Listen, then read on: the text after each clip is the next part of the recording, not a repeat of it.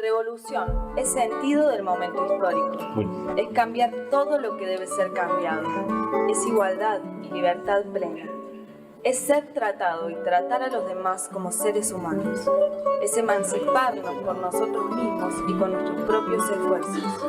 Es desafiar poderosas fuerzas dominantes dentro y fuera del ámbito social y nacional. Es defender valores en los que se cree al precio de cualquier sacrificio. Es modestia, desinterés, altruismo, solidaridad y heroísmo. Es luchar con audacia, inteligencia y realismo. Es no mentir jamás ni violar los principios éticos. Es convicción profunda de que no existe fuerza en el mundo capaz de aplastar la fuerza de la verdad y las ideas. Revolución es unidad, es independencia, es luchar por nuestros sueños de justicia para Cuba y para el mundo, que es la base de nuestro patriotismo, nuestro socialismo y nuestro internacionalismo. Memorias Rebeldes.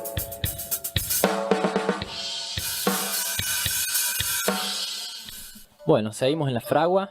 En este momento vamos a empezar el bloque de Memorias Rebeldes, en el cual estaremos hablando sobre lo que significó y lo que fue el 26 de julio, el asalto al cuartel Moncada y Manuel de Céspedes en Santiago de Cuba en el 1953.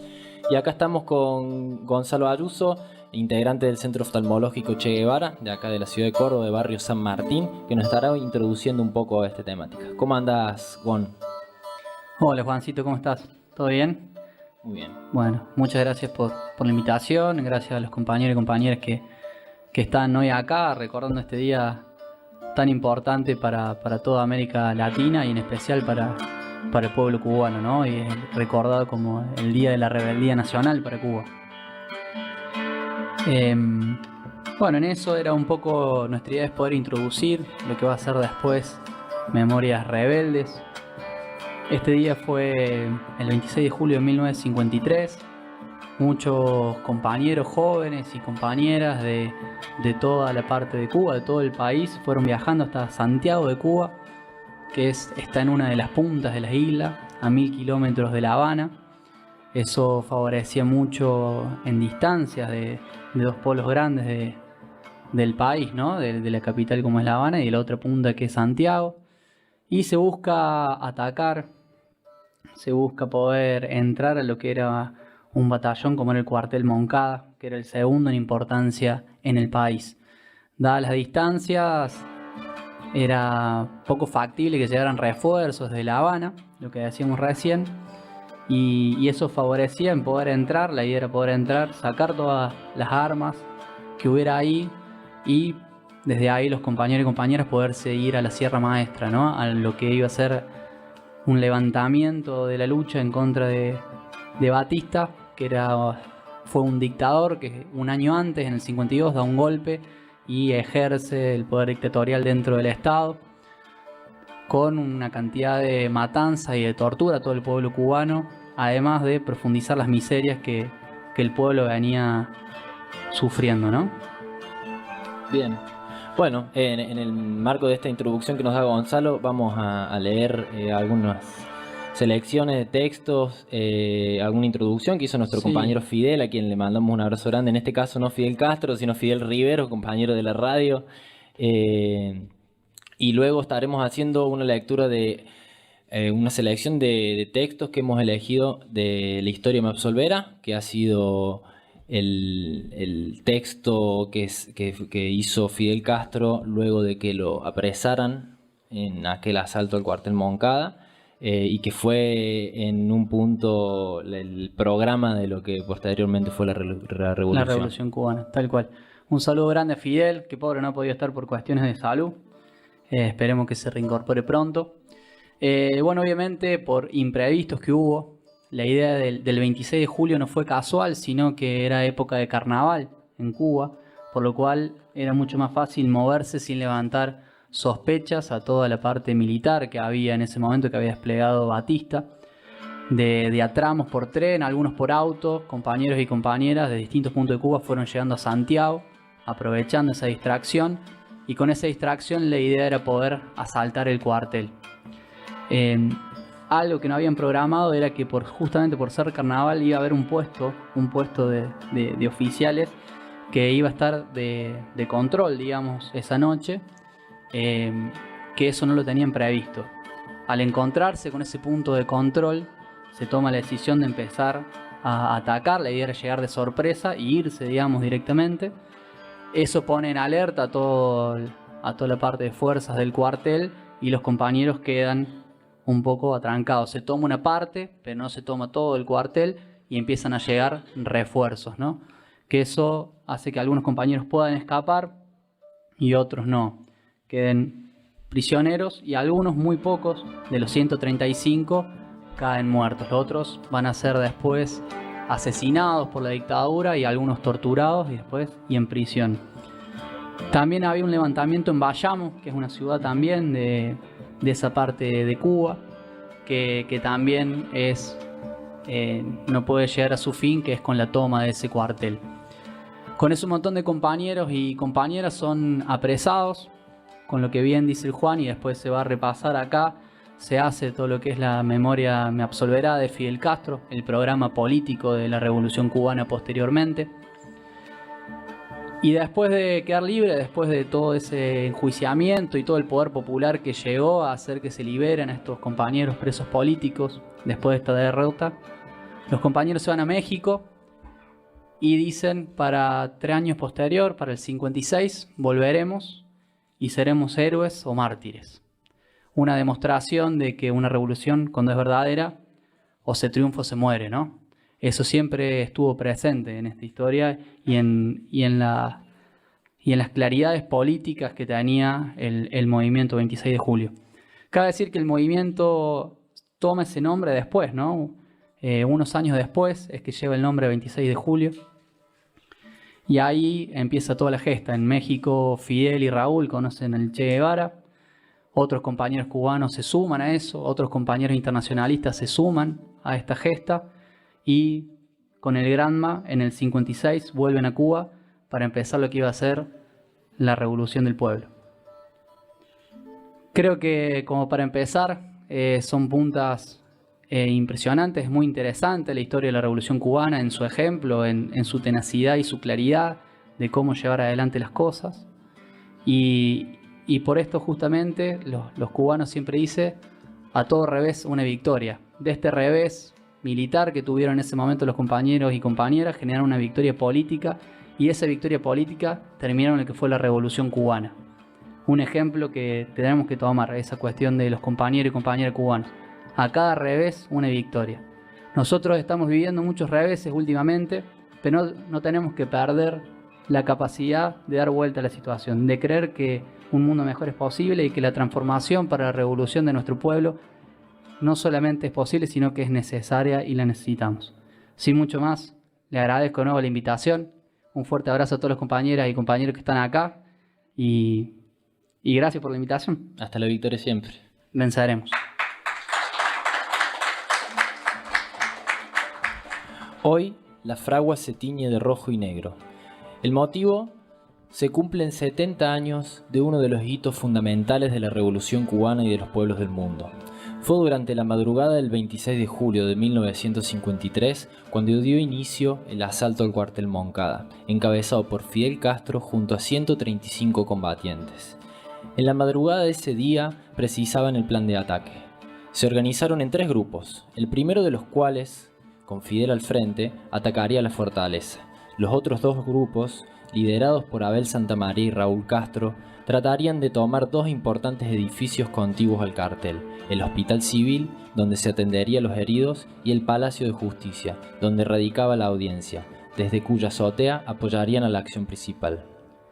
Al iniciar el asalto, la lucha afuera del cuartel daba cuenta de una derrota inevitable. Frente a ese panorama, Fidel ordenó la retirada. El gobierno de Batista automáticamente reaccionó con una brutal represión: estado de sitio, suspensión de garantías constitucionales y censura a la prensa. Luego de aplicar el manual del buen dictador, mandó a asesinar a 10 revolucionarios por cada soldado muerto en combate. Las fuerzas represivas del régimen asesinaron a 55 guerrilleros luego de ser torturados. Sin embargo, A simple vista, una derrota militar fue la punta de lanza de una revolución que provocaría la reacción de las burguesías del mundo entero, especialmente la yanqui, e inspiraría a los pueblos del mundo a dar pelea por su liberación. En esta edición de Memorias Rebeldes, en el Día de la Rebeldía Nacional Cubana, vamos a leer y a escuchar las palabras de Fidel Castro, aquel que supo allanar el camino para dar vuelta a la tortilla y acabar con la opresión y explotación imperialista. Leeremos además un fragmento de La historia me absolverá, el alegato de autodefensa que Fidel realizó durante el juicio en su contra por los acontecimientos del Moncada. Para finalizar, desde Radio La Chispa, emitimos con orgullo este programa especial desde la imprenta del pueblo Roberto Matius, tratando de transmitirle a todos nuestros oyentes la importancia de que Cuba siga siendo, con su ejemplo y sus ideas, el faro que debe iluminar a los trabajadores y pueblos del mundo para dar vuelta a la tortilla, haciendo que un mundo mejor sea posible. Señores magistrados, ¿por qué tanto interés en que me calle? ¿Por qué, inclusive, se suspende todo género de razonamientos para no presentar ningún blanco contra el cual yo pueda dirigir el ataque de mis argumentos? ¿Es que se carece por completo de base jurídica, moral y política para hacer un planteamiento serio de la cuestión? ¿Es que se teme tanto la verdad? ¿Es que se quiere que yo hable también 2 minutos y no toque aquí los puntos que tienen a cierta gente sin dormir desde el 26 de julio? Al circunscribirse la petición fiscal a la simple lectura de 5 líneas de un artículo del Código de Defensa Social, pudiera pensarse que yo me circunscriba a lo mismo y dé vueltas y más vueltas alrededor de ellas, como un esclavo en torno a una piedra de molino. Pero no aceptaré de ningún modo esa mordaza, porque en este juicio se está debatiendo algo más que la simple libertad de un individuo. Se discute sobre cuestiones fundamentales de principios, se juzga sobre el derecho de los hombres a ser libres, se debate sobre las bases mismas de nuestra existencia como nación civilizada y democrática. Cuando concluya, no quiero tener que reprocharme a mí mismo haber dejado principio por defender, verdad sin decir, ni crimen sin denunciar. El famoso articulejo del señor fiscal no merece ni un minuto de réplica. Me limitaré por el momento a librar contra él una breve escaramuza jurídica, porque quiero tener limpio de municias el campo para cuando llegue la hora de tocar el degüello contra toda mentira, falsedad, hipocresía, convencionalismos y cobardía moral sin límites en que se basa esa burda comedia que desde el 10 de marzo y aún antes del 10 de marzo se llama en Cuba justicia. Es un principio elemental de derecho penal que el hecho imputado tiene que ajustarse exactamente al tipo de delito prescrito por la ley. Si no hay ley exactamente aplicable al punto controvertido, no hay delito. El artículo en cuestión dice textualmente: se impondrá una sanción de privación de libertad de 3 a 10 años al autor de un hecho dirigido a promover un alzamiento de gentes armadas contra los poderes constitucionales del Estado. La sanción será de privación de libertad de 5 a 20 años si se llevase a efecto la insurrección. ¿En qué país está viviendo el señor fiscal? ¿Quién le ha dicho que nosotros hemos promovido alzamiento contra los poderes constitucionales del Estado? 2 cosas resaltan a la vista. En primer lugar, la dictadura que oprime a la nación no es un poder constitucional, sino inconstitucional. Se engendró contra la Constitución por encima de la Constitución, violando la Constitución legítima de la República. Constitución legítima es aquella que emana directamente del pueblo soberano. Este punto lo demostraré plenamente más adelante, frente a todas las gazmoñerías que han inventado los cobardes y traidores para justificar lo injustificable. En segundo lugar, el artículo habla de poderes, es decir, plural, no singular, porque está considerado el caso de una república regida por un poder legislativo, un poder ejecutivo y un poder judicial que se equilibran y contrapesan unos a otros. Nosotros hemos promovido rebelión contra un poder único, ilegítimo, que ha usurpado y reunido en un solo los poderes legislativos y ejecutivos de la nación, destruyendo todo el sistema que precisamente trataba de proteger el artículo del Código que estamos analizando. En cuanto a la independencia del Poder Judicial, después del 10 de marzo, ni hablo siquiera porque no estoy para bromas, por mucho se estire, se encoja o se remiende, ni una sola coma del artículo 148 es aplicable a los hechos del 26 de julio. Dejémoslos tranquilos, esperando la oportunidad en que pueda aplicarse al que sí promovieron el alzamiento contra los poderes constitucionales del Estado. Más tarde volveré sobre el código para refrescarle la memoria al señor fiscal sobre ciertas circunstancias que lamentablemente se le han olvidado. Os advierto que acabo de empezar. Si en vuestras almas queda un latido de amor a la patria, de amor a la humanidad, de amor a la justicia, escucharme con atención. Sé que me obligarán al silencio durante muchos años. Sé que tratarán de ocultar la verdad por todos los medios posibles. Sé que contra mí se alzará la conjura del olvido. Pero mi voz no se ahogará por eso. Cobra fuerzas en mi pecho mientras más solo me siento y quiero darle en mi corazón todo el calor que le niegan las almas cobardes. Escuché al dictador el lunes 27 de julio desde un bohío en las montañas, cuando todavía quedábamos 18 hombres sobre las armas. No sabrán de amarguras e indignaciones en la vida los que no hayan pasado por momentos semejantes.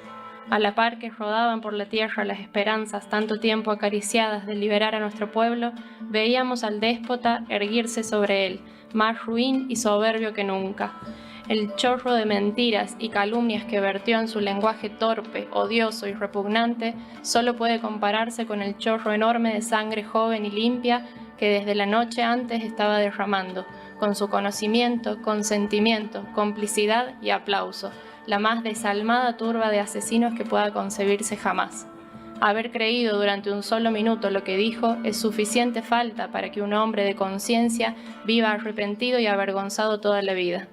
No tenía ni siquiera, en aquellos momentos, la esperanza de marcarle sobre la frente miserable la verdad que lo estigmatice por el resto de sus días y el resto de los tiempos, porque sobre nosotros se cerraba ya el cerco de más de 1000 hombres con armas de mayor alcance y potencia, cuya consigna terminante era regresar con nuestros cadáveres.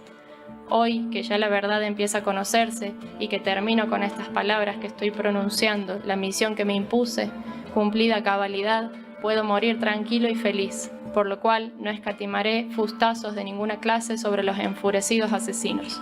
Es necesario que me detengan a considerar un poco los hechos. Se dijo por el mismo gobierno que el ataque fue realizado con tanta precisión y perfección que evidenciaba la presencia de expertos militares en la elaboración del plan. Nada más absurdo. El plan fue trazado por un grupo de jóvenes, ninguno de los cuales tenía experiencia militar, y voy a revelar sus nombres, menos 2 de ellos que no están ni muertos ni presos: Abel Santamaría, José Luis Tasende, Renato Guitart Rosell, Pedro Miret, Jesús Montané y el que les habla. La mitad han muerto, y en justo tributo a su memoria puedo decir que no eran expertos militares, pero tenían patriotismo suficiente para darles, en igualdad de condiciones, una soberana paliza a todos los generales del 10 de marzo juntos, que no son ni militares ni patriotas. Más difícil fue organizar, entrenar y movilizar hombres y armas bajo un régimen represivo que gasta millones de pesos en espionaje, soborno y delación, tareas que aquellos jóvenes y muchos otros realizaron con seriedad, discreción y constancia verdaderamente increíbles. Y más meritorio todavía será siempre darle a un ideal todo lo que se tiene y, además, la vida. Todo el mundo tenía instrucciones muy precisas de ser, ante todo, humanos en la lucha. Nunca un grupo de hombres armados fue más generoso con el adversario. Se hicieron desde los primeros momentos numerosos prisioneros, cerca de 20 en firme. Y hubo un instante al principio en que 3 hombres nuestros, de los que habían tomado la posta, Ramiro Valdés, José Suárez y Jesús Montané, lograron penetrar en una barranca y detuvieron durante un tiempo a cerca de 50 soldados. Estos prisioneros declararon ante el tribunal, y todos sin excepción han reconocido que se les trató con absoluto respeto, sin tener que sufrir ni siquiera una palabra vejaminosa. Sobre este aspecto sí tengo que agradecerle algo de corazón al señor fiscal, que en el juicio donde se juzgó a mis compañeros al hacer su informe, tuvo la justicia de reconocer como un hecho indudable el altísimo espíritu de caballerosidad que mantuvimos en la lucha. Se ha repetido con mucho énfasis por el gobierno que el pueblo no secundó el movimiento. Nunca había oído una afirmación tan ingenua y al propio tiempo tan llena de mala fe. Pretenden evidenciar con ello la sumisión y cobardía del pueblo. Poco falta para que digan que respalda a la dictadura, y no saben cuánto ofenden con ello a los bravos orientales. Santiago de Cuba creyó que era una lucha entre soldados y no tuvo conocimiento de lo que ocurría hasta muchas horas después. ¿Quién duda del valor, el civismo y el coraje sin límites del rebelde y patriótico pueblo de Santiago de Cuba? Si el Moncada hubiera caído en nuestras manos, hasta las mujeres de Santiago de Cuba habrían empuñado las armas. Muchos fusiles se los cargaron a los combatientes las enfermeras del Hospital Civil. Ellas también pelearon, eso no lo olvidaremos jamás. Creo haber justificado suficientemente mi punto de vista. Son más razones que las que esgrimió el señor fiscal para pedir que se me condene a 26 años de cárcel. Todas asisten a los hombres que luchan por la libertad y la felicidad de un pueblo, ninguna a los que lo oprimen, envilecen y saquean despiadadamente. Por eso yo he tenido que exponer muchas y él no pudo exponer una sola. ¿Cómo justificar la presencia de Batista en el poder, al que llegó contra la voluntad del pueblo y violando por la traición y por la fuerza las leyes de la revolución? ¿Cómo llamar revolucionario un gobierno donde se ha conjurado los hombres, las ideas y los métodos más retrógrados de la vida pública?